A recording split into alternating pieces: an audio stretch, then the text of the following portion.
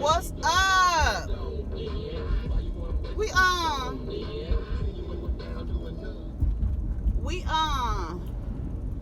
shake it like a salt shaker on Monday morning. What's going on, y'all? Y'all had a good weekend? We about to pull over right here so I can record this damn video, and then I need to get to where the fuck I'm going. Hope everybody had a good weekend. I can't see. As you can see, the sun is directly in my eyes, but the sun has risen today, so we can live another day. We get a chance to do it all over again, another damn day.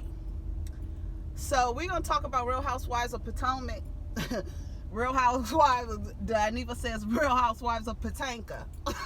Every time he says that shit is so funny to me. Says it's crazy. Anyway, so let's talk about it, y'all. So what they start off with. We're gonna go ahead and like, subscribe, and comment. Let me know you stopped by. Welcome to all the new subscribers. Thank you for subscribing. Welcome. I see some of you are watching old videos. I'm like, what? Why are these old videos coming up like comments with these old videos? And I was like, okay, well, people is watching the videos. Thank you very much. What else is happening? Nothing. Just did my, just had a relaxing weekend. Like really relaxing. Like really relaxing. I was gonna go see Lion King, but I think I'll go see that one day this week. I actually found some movie tickets that I have. So I'm gonna go this week. What else? That's about it. So let's get started, okay? All right, so they first start off with Gizelle and Ashley going to meet each other. And I might have to go from the video because I don't remember. I saw it last night and I watched it several times now. Here, let me go down the list because I did it in order. Okay, so I did watch it several times and I noticed a lot of little things that I did not notice. I had to watch it 3 times to actually notice. I noticed something different every single time I watched the episode. And I tell you, I watched it 3 times last night, and every time I noticed something different. Well, with Gizelle and Ashley go sit down, and Gizelle is trying to get Ashley to talk about the situation with Michael. People always ask me, what shade of foundation should I wear, but they're also asking me what's going on with Michael. Well, first of all, I wouldn't tell Gizelle a fucking thing. That's what I put here. I wouldn't tell Gizelle shit, not a motherfucking thing. Gizelle is not someone you trust in confidence. You tell Gizelle something when you want it to be told again to somebody else. Like, you've ever done that? You want something to get out and you go tell the person who can't hold water, you intentionally tell them because they can't hold water, and their big mouth is going to go tell. That's Gizelle. That's Gizelle's role. Don't tell her nothing you don't want nobody to know. You tell her something if you want it to be screamed from the mountaintops, because she'll bring it up and she'll make sure it gets told. So that's the kind of bitch Gizelle is. I wouldn't tell her a fucking thing. Ashley goes ahead and she lies to Gizelle and says it's not a big deal. And I feel like Gizelle and them are not asking the right questions. I feel like they should ask the question, not what's going on with Michael. And I think Gizelle tried to ask her, like, what's going on with you, if this is true? And you see how she tried to do the little scam artist thing and say, well, then you're implying that you actually believe it. Bitch. He has a pattern of behavior. He has touched other people's asses before. Oh yeah, he did that with his friend. Okay, so he did that with his friend in jest. Okay, so why was he not there? And what I noticed is when Monique said that she talked to Ashley, they were very shady at that dinner, but we'll get to the dinner because that was one of the last things. But Michael, twice during the rainbow party, was missing. Once when Ashley was telling her little fake story about being so sad about her miscarriage and what have you. And then the second time when they were taking a group picture, Michael again was nowhere to be found. So apparently this thing happened in the basement, and there's no cameras in the basement, but there's microphones. And the sausage comment, Chris brings it up at the dinner, but we'll get to it.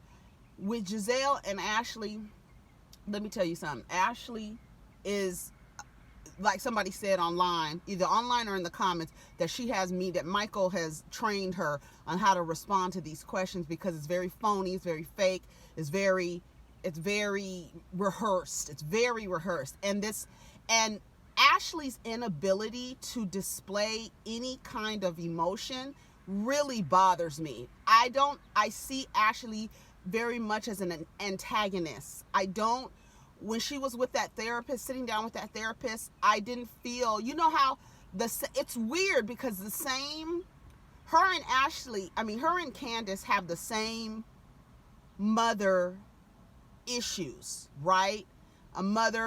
They have the same kind of mother issues. But when Ashley starts talking about her situation with Michael, with this therapist, I felt bad, because I didn't feel any compassion towards her. I didn't feel sad for her.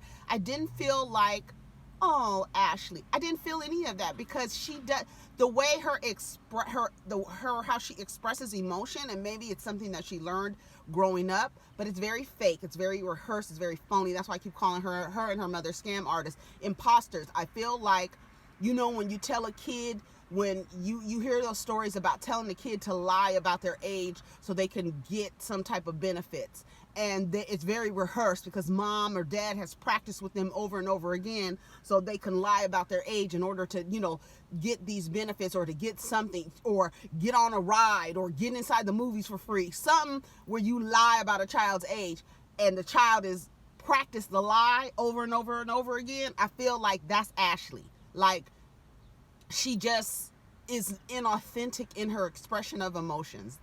That is what I get from her. And I don't know what it has to do with, but that's just not, it's, we're dealing with it. And, we are the closest that we've ever been. Bitch, stop fucking lying. You lying. So stop lying, bitch. Nothing makes a man and woman come together when a man is grabbing on people's asses. Not other women, but other men, bitch. And the thing is, if Ashley knows that Michael likes or is attracted to men, she should, and maybe that's not it, because everybody was like, she should just say that. Maybe that's not it. Maybe, I don't know. I don't even know what to come up with to say, like, be honest, because it's clear there's something not truthful about this whole situation. Anyway, so here, let me go back to my shit. I said I don't like Gizelle's character. She definitely gives me wannabes tease. Y'all remember the wannabes and the jigaboos from school days? Gizelle gives me wannabes. I feel like Gizelle peaked. She had the best time of her life when she was in college. She peaked in college, because she varied that ponytail. She very much is even dealing with her girls, I was like, what's up with not, like, trying to console the daughter, being real fake with the kids. I was just like, okay, whatever. Gizelle asking her girls how she's doing is a good thing. It's something that I ask my sons every now and again. I check in with them and I ask them, what are things that you want mommy to start? What are things you want mommy to stop? And what are things that you want mommy to keep on doing? And they're very honest. One time I've gotten, get off your phone. I've gotten, don't yell. When you yell, it doesn't make me, it scares me. And it's like, okay, you need to listen to them and not dismiss them. And I thought it was weird, and hopefully she's working on it, because I don't really like to super judge parents, because it's nothing that you get a book to do, and it's kind of hard, and you got to figure it out as you go. But that doesn't give excuses to behave in like a Tokyo Tony kind of fashion.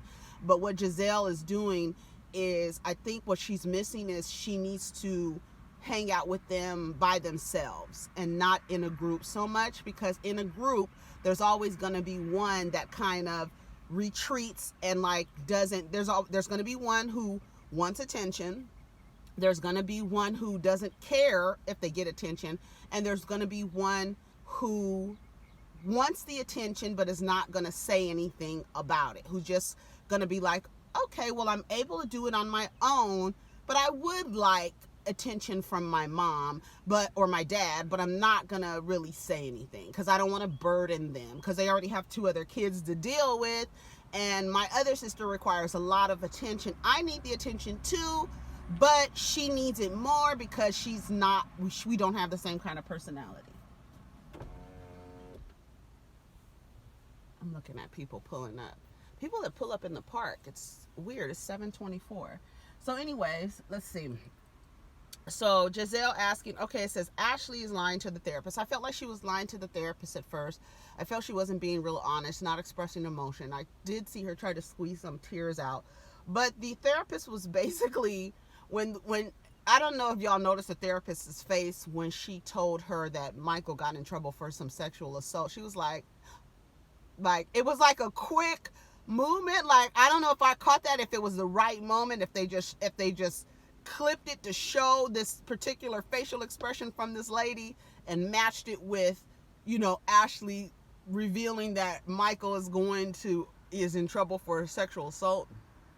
I felt like she, why are all these people at the park? I felt like she was like, oh, okay, this is interesting. So Ashley is sitting there talking to the therapist about this whole situation, and the therapist basically breaks down, you're fucking your dad, bitch. I mean, like, that's just the bottom line. And somebody in the comments said a few weeks ago, or last week or 2 weeks ago, that Ashley operates in survival mode, right? And in the situation with her mother, because like Katie said, I know y'all saw that post that Katie said y'all had to live in squalor and y'all went from pillar to post. These are by Ashley's own words. And in order to not put yourself or get into the situation again where you're living in squalor or going from pillar to post, you're going to do whatever it takes to not go back to that life. I believe her and her mother have decided, here, this is a great opportunity for us to be sure that we don't go back into, living in squalor, going from pillar to post, not knowing where you're going to stay, or being dropped off at grandma's house and mom going to live with her boyfriend and not giving a shit about you. We know this is Ashley's story. So attaching to this man, Michael, is a parental figure, and she sees him, she admits that she sees him as a parental figure, and she's not going to do anything to ruin that or to make him mad at her. And I think it is also an encouragement of her mother. I believe that her and her mother are scam artists. I don't care what y'all say. I just believe that it's scam artists for survival. Like, we got to do this. You gonna have to have a baby by this fucking man. Because even when they were sitting at the table and the mother was like, you're just gonna have to do it the old fashioned way and have a lot of sex, and Ashley started laughing like, girl, you want me to fuck these beats like, there's no way that you could lay up under that man and let him place his ashy, dried up, mayonnaise ridden penis inside of you and be happy with that. Like, there's no way that man, he looks like he doesn't exfoliate. He looks like he's always inebriated. He looks like he's always like a fucking creep. He looks like he belongs somewhere with a baseball cap on, sneaking behind a portable potty and looking for people to grope or show his penis to. That is what Michael gives me. Like, fucking the guy walking around with a fucking trench coat exposing himself at the park or some shit. That's what he gives me. He's fucking gross. Ashley looks at Michael as security. She had to survive because her mother's fucked up decisions, and now she's going to do whatever it takes to make sure she doesn't see that life again. That's why it's okay, and her and Michael are closer than ever. And, you're going to see your father through this, Ashley. You're going to see your father through this. Ashley had on this horrible wig that looked like her mother's, and it's just like, you guys are imposters. What is this wig you have on? And somebody online said it just proves that she does not have any friends, because there's no way in the world that somebody would allow you to wear that Sally Field from goddamn Steel Magnolia's helmet of a wig on and do an interview with that, so it can live forever in as long as the internet lives, it's gonna live forever in Bravo archives. You and Nene with them ugly ass wigs on. Nene's and has some ugly, but that one straw wig where she looks like a little Raggedy Ann doll, Ashley had on her mother's wig. That wig was fucking awful. It was ugly. It didn't do nothing for her face. It was just a horrible wig, and she was looking very serious with that wig on, and nobody's gonna take you serious with that thing on, girl. I said I usually feel compassion when people express their issues with their absentee parents, and watching Ashley, why don't I? And somebody said, it's hard to feel empathy for Ashley because she's so nasty and aggressive. Ashley also lies a lot, and so it's very difficult to believe anything she says. She was so malicious with the other women and their problems. She enjoyed their pain because she was always smirking. Forehead isn't smirking now, and I'm usually the one that has empathy for people, whether they're good or bad. But her, I can't. It seems like she's fake. And these are comments from Twitter, and I feel the same way. I feel the same way. So the therapist basically just tells her that, you're sleeping with your dad. He's not your dad. You need to move away from that. And then she said that her dad abandoned her. So she has abandonment issues. But I believe exactly what that person said in the comments, that she's in survival mode. That could be the only reason why you're with this old ass man who's 25 years, 30 years older than you. He is not attractive. Now, bitch, if you was dating a 60-year-old man, because Brad Pitt is 60 years old. How old is Brad Pitt? William Bradley Pitt.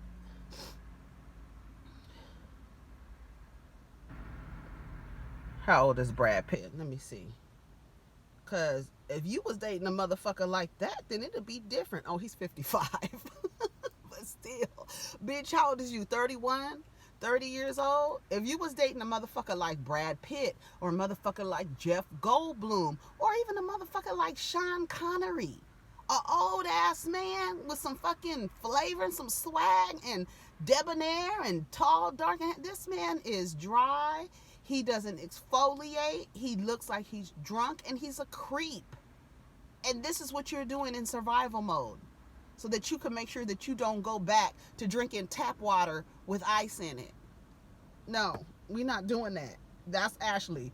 Ashley said, I'm not coming back here with you drinking tap water with ice in it. I know that's bougie. Y'all caught that? I said a lot of parents forget to bond individually with their children, not just relating to them in a group, but alone with them is important too. They get to Gizelle and her daughters, and they're talking about, and they have a lot of critiques of Gizelle's parenting style, and I think she should listen. I think when you come from her generation, and she's like a older Gen Xer, or is she like a late baby boomer? I don't know how old Gizelle is. I think she's 47 or 48.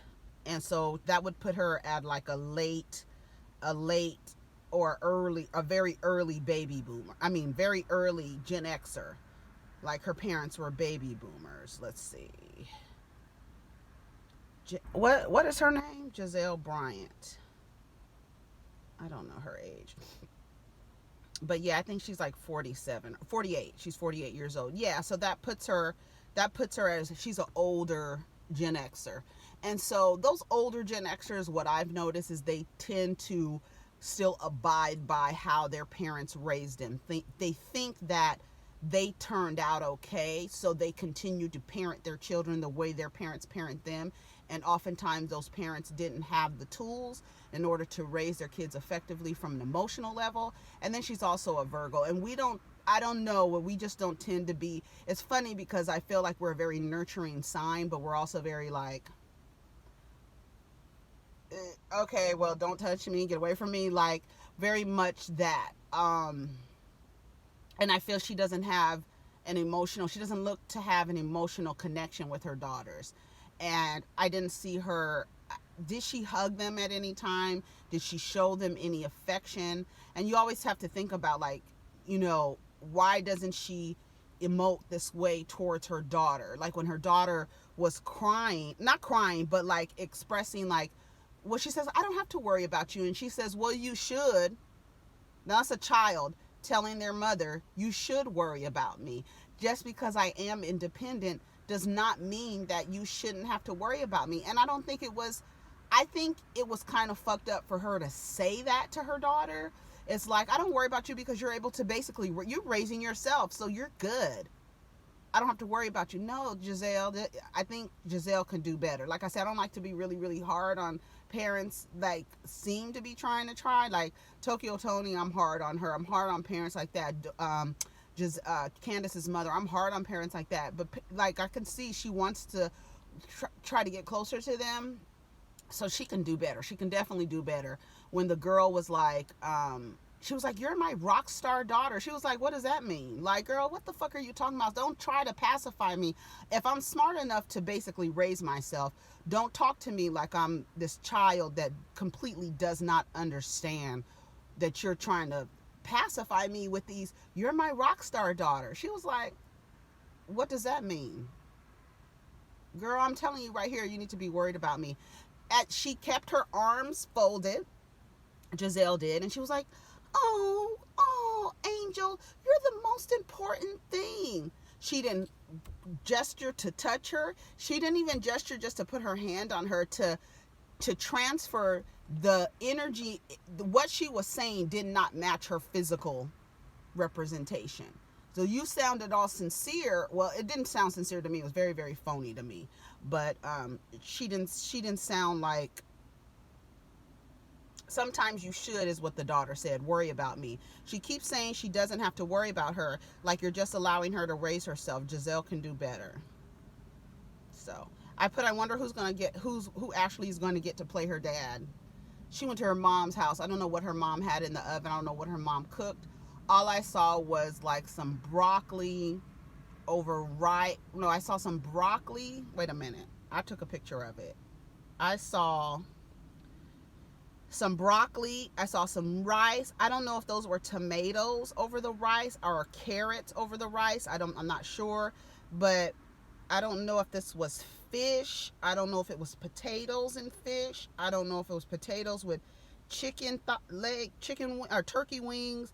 I don't know what Ashley's mom threw in the oven and made. And see, Ashley doesn't want to go back to this. This is the reason why she does not want to go back to this. That's the reason why she's going to do whatever it takes to make sure that her and Michael are as close as ever. She even lied to the lady in the damn restaurant. You know, she was like, how are you and Michael doing? Oh, we're closer than ever. Stop lying to these people, girl. Stop lying to these people with this hair. Stop lying to people with this hair, Ashley. Stop it. You are an imposter, girl.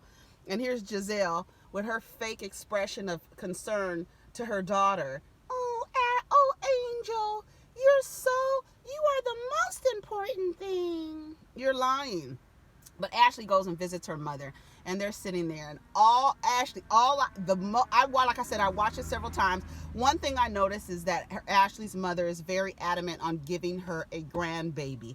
Give me a grandbaby. I want a grandbaby, Ashley. I want a grandbaby, Ashley. I want a grandbaby.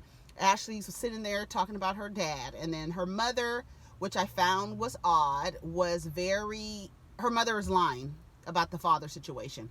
Here's what I think, and I don't know, I don't feel like I'm projecting anything because I don't feel like I've seen this before, but I have a feeling that whoever Ashley's mother told her was her father, this man on Facebook, that's the reason why she got blocked and not the mother, because that's not your daddy. And whoever this woman told you who your daddy was, that's not him. It's somebody else who we don't know, and who you think that this man on Facebook is your dad. This is my theory. That man is not Ashley's daddy. That is the reason why he blocked her ass and didn't block the mother. Oh, he didn't block me. Who is this man? Why did he block Ashley and didn't block you? And then she's like, I don't know why he didn't. Why wouldn't you ask him? And why aren't you blocked? Does he not know that you exist? Maybe he doesn't know that you have a page, and that's why you're not blocked. But he didn't want to talk to her, Ashley said. He's only talked to her once when she was 3 or 4 years old, from her recollection. and he lives somewhere in Georgia, and he has kids. He looks like he's a white man. So if that is her father, if my theory goes out the window and that is her father, it might be some racist shit. It might be like, you was white with this black woman, you gotta leave, you can't have this baby. I don't know what happened, but the way that the mother said is like, at first he seemed like he wanted the baby, and then the way she's talking about Ashley is like, the baby is sitting right here, a grown-ass woman. Why aren't you saying? I don't know. It's weird because the way that she was saying it, she was like, he act like he wanted you at first. Maybe she didn't want to make it seem so personal, but he acted like he wanted the baby at first, and then he left, and he didn't really want the baby, and so they have an issue. All the married couples go out, and it's Karen, Ray, Candiace and Chris, and Monique and Chris. Oh, back to Ashley's mother, and her. So what do you guys think about that situation? I really believe my theory. I believe my theory is that that's not her dad. Like, her mother lied to her about who her father was. And I think that happens a lot. Why? Maybe I'm thinking about Frankie and Keisha Cole, because didn't Keisha Cole's mother lie to her and tell her that her father was a white man or something for a long time? I don't remember. I think it was something weird, like it was something strange like that. But I feel like, anyway, so they're sitting down with all the married couples. They're sitting down and they have oysters and everything, and Karen is acting real funny with the oysters with Ray, and he was like, we ain't gonna do nothing here. I was like, when they showed them on the street, for a split section, and I was like, I wonder what else is on their bucket list. Now, you see, it's funny because if they had shown for the entire season Karen and Ray doing something like a bucket list shit on every single episode, I could have bought into it. But like the motorcycle thing, horseback riding thing, what else did they do? Zip lining, what was they doing? But anyway, so they go to the dinner. Karen's wig is cute. They all look nice. They showed the scene with Candiace and her mother. I kind of skipped it. It was very short, but it was just like them having to write out a contract on how they were going to act. And I did notice her mother say that part of what she was going to commit to was her daughter respecting her. Doesn't work like that, lady. And I noticed that the mother had on a full beat. She had on 4 layers of stripped eyelashes. She had on a new wig. She just was ready, camera ready. And I think that's also affecting the relationship as well, because her mother does not want to look like the terrorist she is when Candiace and her are alone and there's no cameras. So she's very, very aware of her presentation. And even Candiace had to say, don't analyze me, because you're sitting here, you're like leaning your head to the side, like reading me. No, lady, we're supposed to be talking about how we are going to work with one another. And that's just how it's gonna go. And I don't know how that's gonna work out. I don't know. But anyway, so they're at the dinner. They're sitting down. Chris is there, and she says that she feels bad about the situation, and they're gonna work on the situation. At one point, she asked him, did he clean his nails or did he cut his nails? And I'm thinking, he's a cook. Why wouldn't his nails be groomed? But anyways, that was just so weird to me. But they're sitting at the table, and at one point, Candiace belts out a song, as she always does, and we've seen that she does this at random moments. She just belts out a song. That's just part of her personality. And Ray goes, you can really sing. You can really sing. I hear some other people are trying to sing. I said, okay, Ray, with the shade. Okay, with the shade, Ray. And then it's funny because then Monique, with her shady ass, she claims she's not shady, but she goes, speaking of people who can't sing, or speaking of people who are trying to sing, I ran into Ashley the other day. Bitch, he was talking about Ashley, and you know he was talking about Ashley. I said, oh, Monique, you really funny. Oh, there was a part where they went to go see Monique's little baby picture, little sonogram, and Candiace was looking at Monique's kids like, I don't want kids after all. She was looking at them like, If you don't get these wild ass kids out of here, Chris, and she didn't, and Monique has told Chris she doesn't know about she wants another baby. He's like, oh no, with his shirt off. What is with these men and these raggedy ass, drunk ass necklines on their raggedy ass shirts? I don't get it. Oh, I don't know. Yes, Chris, you're not. I don't understand. So how does this work? You are married, and your wife, you want your wife to have another baby, and she doesn't want another baby. How does that work? Because I love how men say when it's time for a woman to have an abortion, that he should have a say in it. So if she's saying no to the baby, how is he going to make her have a baby?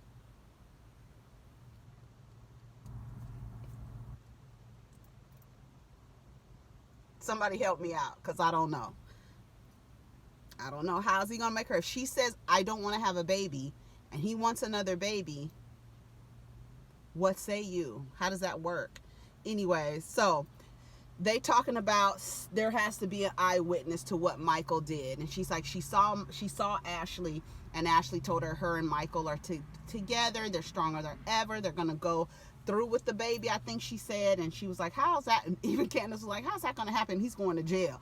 Candiace is ready for him to be up the river. As we can see, he didn't go to jail. He was in the room when she had the baby. They showed a picture of him holding the baby. So that's clear that he's not, that nothing. I don't know what happened with the case. The charges were dropped, or he paid him off, or whatever. And knowing Michael, knowing that, they probably settled out of court. I'd have to go look it up. Don't give me the line. If anybody else knows, put it in the comments on the update what's going on with Michael Darby and his case. So she's sitting at the table, and she was like, if he's homosexual, not homosexual, if he's gay or he's bi, he likes men, she might as well just say it. And that's what everybody's saying, but maybe he doesn't. Maybe he actually does have a problem keeping his hands to himself. And maybe it's to men, and maybe because that's challenging to him. People have weird things about what makes them tick. You know what I'm saying? What if Michael is not homosexual? What if Michael is not bisexual? What if he has some kind of weird thing to where he like, I'm going to challenge this man, and I'm going to put my hands on him, and weird. Like maybe he wants to get into a fight with the man. I don't know. I'm just trying to figure out what the fuck, because she keeps saying he's not bisexual. He's not attracted to men. He plays with his friends and jest, but we have seen too many patterns of behavior that makes it seem like, yes, where there's smoke, there's fire. All this smoke, and you're telling me there's no fire anywhere? Like, what the fuck? What's going on?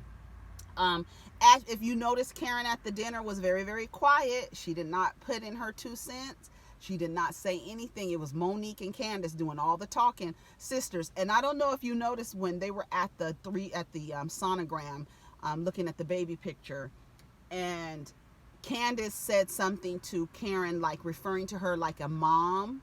And then Karen said, no, just like a big sister. So maybe she doesn't like the mom thing, but the fact is you are old enough to be Candiace's mom. You're damn near 30 years older than her. So I don't know where this older sister, I know there could be older sisters, 20 years, 30 years older, whatever, but she does see you as a mom. And I think, like how Gail and Ava kind of rejected the auntie thing. It's because it's like, it is indicative of your age, instead of seeing it as a positive, like saying, oh, you have wisdom. But people see aunties like the corny lady at the party who doesn't sit down and is loud and drinking and smoking, and just, I don't know what they look. I don't know why they took it in a bad way, but the way that Karen corrected Candiace by saying not a mom, but like a big sister.